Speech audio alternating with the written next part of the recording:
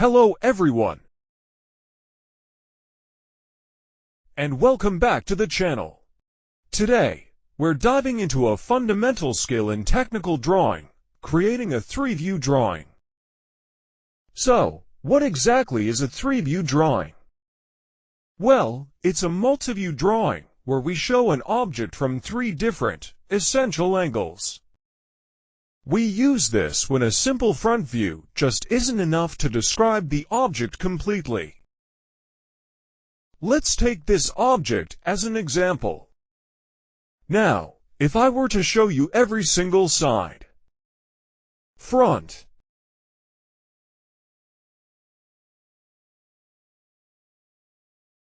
back,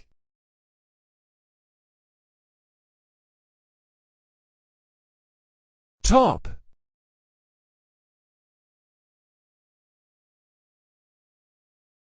bottom,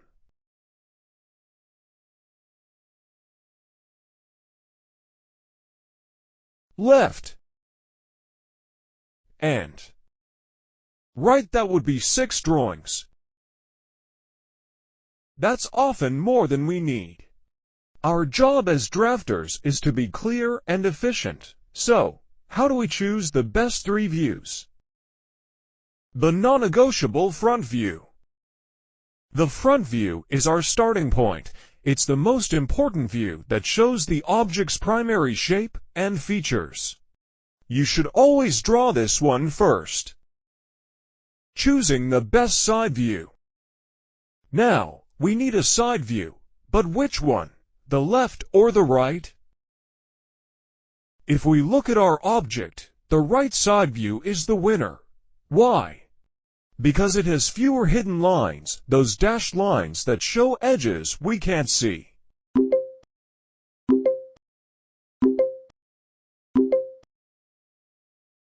The left view has more of them.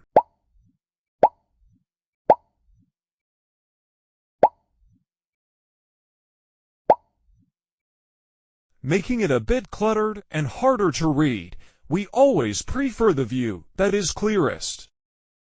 Choosing the best top view. The same logic applies when choosing between the top and bottom views. For our object, the top view is perfect because it has no hidden lines at all. It's completely clear, so that's the one we'll use. Now, let's talk about laying this out on our sheet. Spacing is key for a professional, easy-to-read drawing.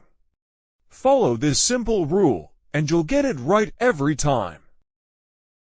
Imagine your 3 views on the page. The most important thing is to align them correctly and give them breathing room. The top view is always directly above in third angle projection, and below in first angle projection the front view. This means the widths of these 2 views must be exactly the same. The right side view is always directly to the right of the front view. This means the heights of these 2 views must be exactly the same. Alright class, now that we've chosen our 3 views, let's talk about how to arrange them neatly on the page. Think of this like arranging furniture in a room. We want everything aligned and with enough space to breathe, so the final drawing looks clean and professional. If you look at the diagram, you'll see our 3 views with some very important spacing rules. Let me break down what those letters mean. Length A and C should be equal. This is crucial. This means the horizontal distance from the side of the front view to the side of the top view must be the same. This keeps our top view centered directly over our front view. Length E and F should be equal. Similarly, this means the vertical distance from the bottom of the front view to the bottom of the side view must match. This ensures our right side view is perfectly level with our front view. Now, for the space between the views, we have S1 and S2. The golden rule here is that S1 and S2 should be equal to each other. This creates a balanced, symmetrical layout that is very easy on the eyes. But what if my drawing is huge or my paper is small? Great question. The exact size of S1 and S2 is a bit flexible. You can adjust this gap depending on the space you have available and what simply looks best. The key is that once you choose a comfortable distance, you use that same distance for both S1 and S2. So, to summarize, keep A equal to C, keep E equal to F, and keep the gaps S1 and S2 equal to each other. Follow this recipe, and your 3-view drawings will be perfectly laid out every single time. Now that we've placed the top, front, and side views according to the first angle projection method, and have drawn the overall layout rectangles using light construction lines, let's begin with the front view. In the front view, start with the base of the object. At the bottom, there's a rectangle that measures 1 unit in height and 5 units in width. This rectangle is divided to units from the right-hand side, which separates it into 2 parts.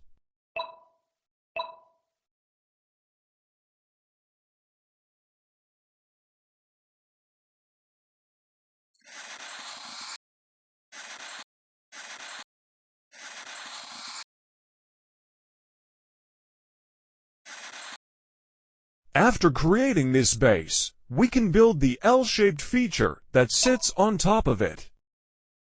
When looking from the front side, we are working with the y-axis horizontal and z-axis vertical.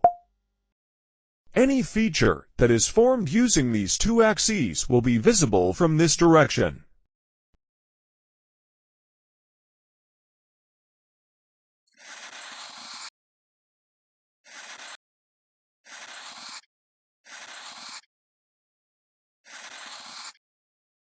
Once the front view is completed, we project the horizontal lines toward the right side. This helps us transfer the height dimensions for the side view.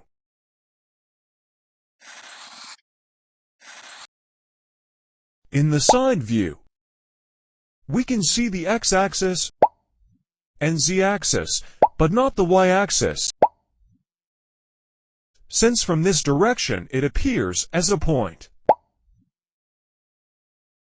Starting again from the bottom, draw the base rectangle that lies on the ZX plane, which also measures 1 unit by 5 units.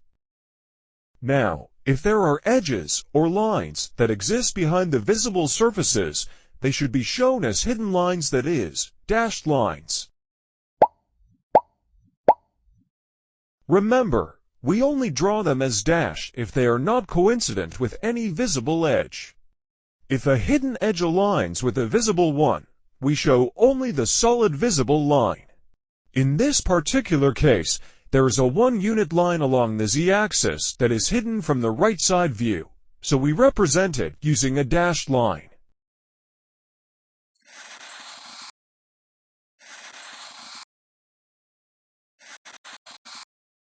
As discussed earlier, from this viewing direction, we can see the edges along the x and z-axis. When we look at the 1 unit by 5 unit rectangle, we observe that the 2 visible rectangles are formed by lines along the x-a and z-axis, while the line along the y-axis appears as a point from this side. Therefore, by removing one line, the 3D isometric view is converted into a 2D orthographic view.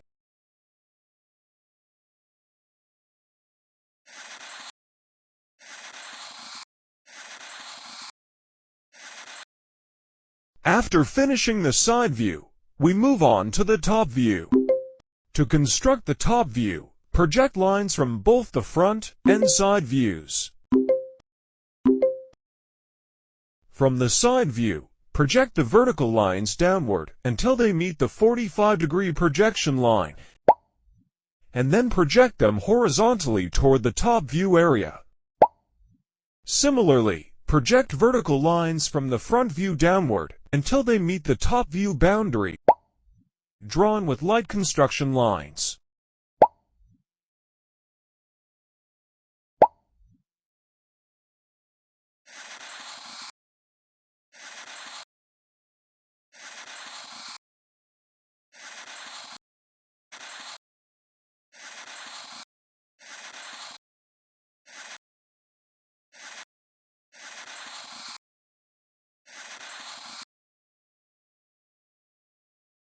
By doing this, we transfer x-axis dimensions from the side view and y-axis dimensions from the front view.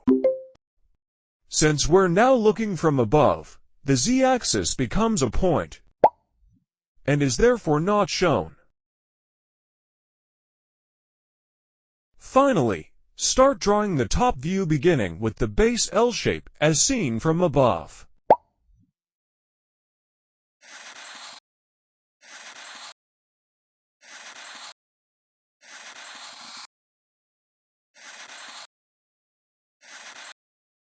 After completing this large L shape, add the remaining to rectangular features that appear on top when viewed in 3D isometric form.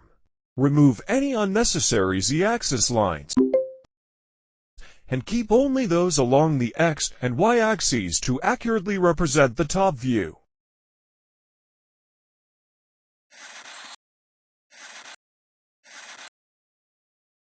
And there you have it. We've successfully gone from a 3D object to a fully defined, perfectly laid out three-view drawing. We've covered view selection, professional spacing, and the step-by-step construction process, including how to handle hidden lines.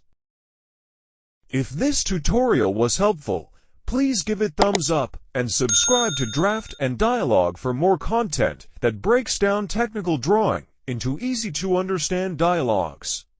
Let me know in the comments what you'd like to see next. Thanks for watching, and keep drafting.